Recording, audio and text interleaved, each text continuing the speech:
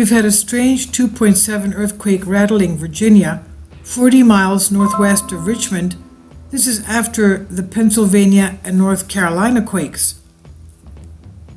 We've had a Pennsylvania quake, February 2nd, 1.8 at 3.9 kilometers. It's about a mile or so deep. And the magnitude 2.3 on January 28th near Forest Oaks, North Carolina. They're basically in line going from southwest to northeast, and we have the Virginia earthquake right in smack in the middle of them, almost equidistant from each other. And this is around just to the east of the Appalachian Mountain area. And of course, it's the New Madrid Rift Valley. It's a real foot rift zone. It's a rift valley. And it's also, of course, basically after we had a quite a big earthquake.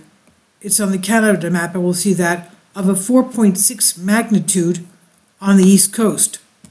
Let's take a look at that together. This is the Canadian earthquake map, as we can see, and this is the location of the 4.6 out of just northeast of Newfoundland. Depth of 18 kilometers. And this was, okay, February 2nd, and this one was, again, February 2nd, 3.1. So you can see, unfortunately, these are not included in the USGS maps. We don't have them there at all.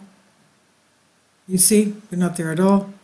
And these are the three earthquakes that I was talking about. This is today's quake, 2.7, and it was reported by 369 people. As we know, the earthquakes here on the East Coast are felt 10 times more than they would be felt. 2.7, for example, would be felt on the West Coast because the sediment here is much softer, and the quakes are felt more easily. And before that, we had the Pennsylvania quake, okay, the day before, 1.8. Again, that was 3.9 kilometers. It's shallow, 6.1 kilometers, 2.3 magnitude on January 28th. And, let's go to the, okay, this is the Google Map area. It's nice because you can see the seamounts here as well. This East Coast seamount has over 30 volcanoes, and it's pushing, the pressure is pushing this way. And Maine, as we know here, has 5 volcanoes, 4 of them being in a 100-mile radius. And of course, Newfoundland had the big earthquake here of 4.6, okay, yesterday. And this is the New Madrid seismic zone, New Madrid right there, Missouri. And this is the Real Foot Rift Zone. It's a rift valley. Just like, let's get our north properly done there. Okay. And this here is another rift valley. This is the Mid-Continental Rift that was started about 1 billion years ago, 880 million years ago. At one point, this goes like a horseshoe type of a thing. It goes like this, and this part here goes all the way down to Texas. And this point here, Superior was much closer to Wyoming at one point. And this area here has magma underneath. This whole area has magma underneath it. And the geologists are telling us they don't know where that magma is coming from. Not to worry. It must be coming from somewhere. And we know that this area here is full of magma because it's got volcanoes. These are volcanic islands. We've had the tremendous big earthquakes in Puerto Rico and near Jamaica, the 7.7. Jamaica, Cuba area, in between Jamaica and Cuba. There's Jamaica and Cuba. And we have our Venezuela and, not Venezuela, anyway, forgive me, Mexico and What area? What country is that? I'm getting bad. Honduras. Okay. Guatemala. That's what I'm sorry. Guatemala. Okay. These, you know, and the Popo and the Colima earthquakes. The Popo earthquake, not earthquakes, the volcanoes, where we just had the UFO coming at over the erupting volcano, the Popo volcano. Anyway, that's another issue. But we do have magma down here, and remember what we had when we had the Azores earthquake, 4.6. These are the Azores right here. They belong to Portugal, which is right there. And these are all volcanic islands, just like the Canary Islands. These are volcanic islands. And as you can see here, that's the crust, the tectonic fault of the Mid-Atlantic Ridge. That's the edge of the North American tectonic plate. This is the edge of the African plate. And that fault goes all the way down this way across Gibraltar. Okay. And this is the Eurasian plate right there. So the Azores had a big 4.6 quake a couple of days back, and that was after the Turkey quake of 6.6, 6.7, whatever it was. Turkey, right here. Remember over the Euphrates? The quake that Turkey had a couple of days back over the Euphrates. That's the Euphrates, that's the Tigris. That's the Euphrates. And from the Azores to here is about 3,500 miles. And we saw various earthquakes, Greece, Albania, and then Rome. And we saw that there was a pressure, like there was an activity, like as if there was an invisible arrow of pressure going west. And then it hit the Azores, okay, 3,500 miles away. And then I said, but together, you know, we do things together on this channel. We learn things together. We have fun together. All right. So yeah, it hit the Azores, and we said, oh my, look, I mean, it's not far from the eastern coast, okay? Because they're right, that pressure is right at the edge of the North American plate, right there. That's it. And we said, oh, we wonder if it's going to have earthquakes on the East Coast. And it did. It had the first earthquake that took place here. Okay, we just saw it. Where's the Canadian thing? Here. Right here. Okay, the 4.6 yesterday. The day before is February 2nd. And the Azores are somewhere around here, in the middle here, of the Atlantic. And lo and behold, then we had the Pennsylvania as well on February 2nd. And we had this one today, 2.7. So it looks like the pressure did go to the East Coast.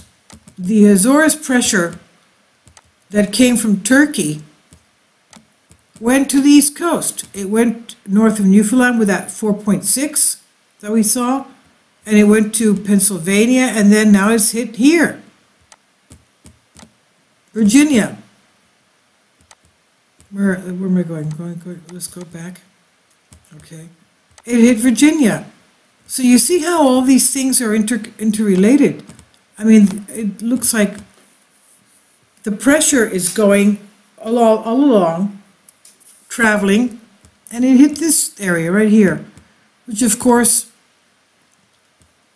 we do have, as we have on the West Coast, we do have methane plumes here as well. Methane plumes, like little methane bubbles coming up, like little methane volcanoes underneath. And there's fractures here as well, as you can see. And I don't know if this is near a river, but this is quite low-lying, as you can see. Okay, these are all these beaches and everything here. Portsmouth, Richmond. It's about 40 miles northwest of Richmond, this area that was hit today. And you can see all these rivers and everything very low lying. And to me, I think it's just the pressure from, where are we? Let's go back so we can see very nicely here. Okay. Right here. That was the 4.7 that we said on the Azores. And the seamount of the 30 volcanoes. And that's where we got today's quake. You know, the series of little quakes there. Okay, you do have a very big population. Tectonics, they don't know too much about the East Coast. Let's go to the, oh, they don't even have the, oh, here it is, population density. Yeah, it is pretty. Richmond, right there, Richmond. Okay. Of course. You know, we know that the East Coast has about 25% of the country's population. Okay. 20 to 25% of the country's population is on the East Coast. You could really tell it by the lights of the country. You know, the NASA aerial view of the United States. Most of the lights are on this part of the country. So going back to the, if you'd like to read the, why not? Let's take a look. We have the earthquakes in Central Virginia seismic zone. Since 1774, people in Central Virginia felt small earthquakes and suffered damage from infrequent larger ones. The largest damaging earthquake, 5.8, in the seismic zone occurred around 2011. Smaller earthquakes that caused little or no damage felt each year or two. Earthquakes in the central and eastern U.S., although less frequent than the western, are typically felt over a much broader region. East of the Rockies, the earthquake can be felt over an area as much as 10 times larger than a similar magnitude earthquake, 10 times larger, as we said, on the west coast. A magnitude 4 eastern coast earthquake typically can be felt at many places as far as 60 miles from where it occurred, and it frequently causes damage near its source. Magnitude 5.5 eastern quake usually can be felt 300 miles from where it occurred, sometimes causing damage as far as 25 miles away. And the faults, well, they're so deep that the bedrock Central Virginia was assembled as continents collided to form supercontinent about 500 to 300 million years ago, raising the Appalachian Mountains, and most of the rest of the bedrock formed when the supercontinent drifted apart 200 million years ago to form what we are now, the northeastern United States, the Atlantic Ocean, and Europe. A well-studied plate boundaries like San Andreas Fault System in California, scientists can determine the name of the specific fault responsible for the earthquake. In contrast, east of the Rocky Mountains, this is rarely the case. Central Virginia's seismic zone is far from the nearest plate boundaries, as we saw before, the plate boundaries near the Azores, in the middle of the Atlantic, which are in the center of the Atlantic Ocean and in the Caribbean Sea. The seismic zone is laced with known faults, but numerous smaller or deeply buried faults remain undetected. Even the known faults are poorly located at earthquake depths, and accordingly very few, if any, earthquakes in the seismic zone can be linked to named faults. It's difficult to determine if a known fault is still active and could slip and cause an earthquake. As in most other areas east of the Rockies, the best guide to earthquake hazards is the seismic zone is the earthquake themselves. So that's what we found here. What we found is what we said. I mean, it may seem like a tall tale, as one of my viewers commented about the Tesla video saying that there was an FBI declassified document saying that he was born on Venus and he was brought to Earth to his parents in Serbia. I mean, you know, sometimes you say, why? What on earth makes people classify certain documents? I mean, things like that are just totally unbelievable. And yet it was classified for some odd reason. Okay, this is a tall tale, is that what we said? We saw the Turkey earthquake and all these little quakes coming out, to the west, and then they boom here, and then boom there, and boom there, and then boom there, and now boom there.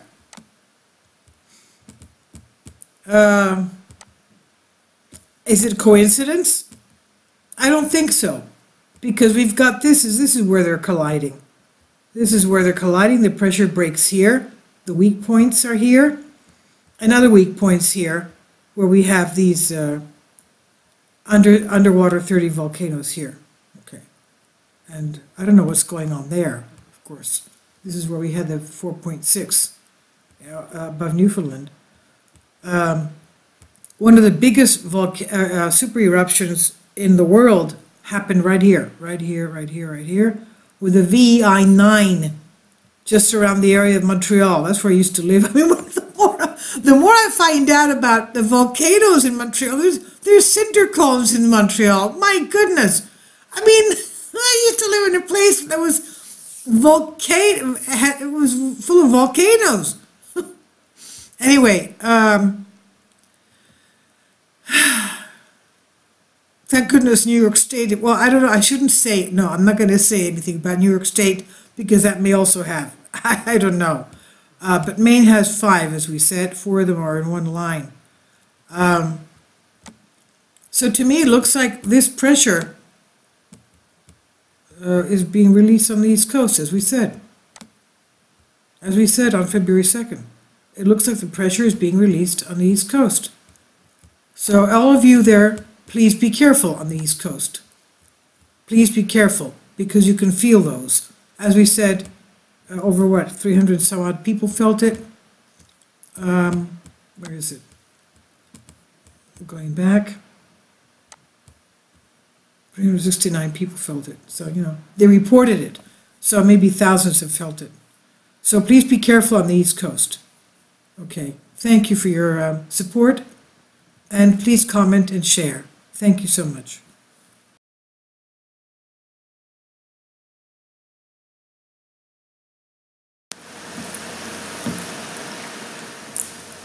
If you'd like to join me on my Patreon account, you will hear content not covered by mainstream media.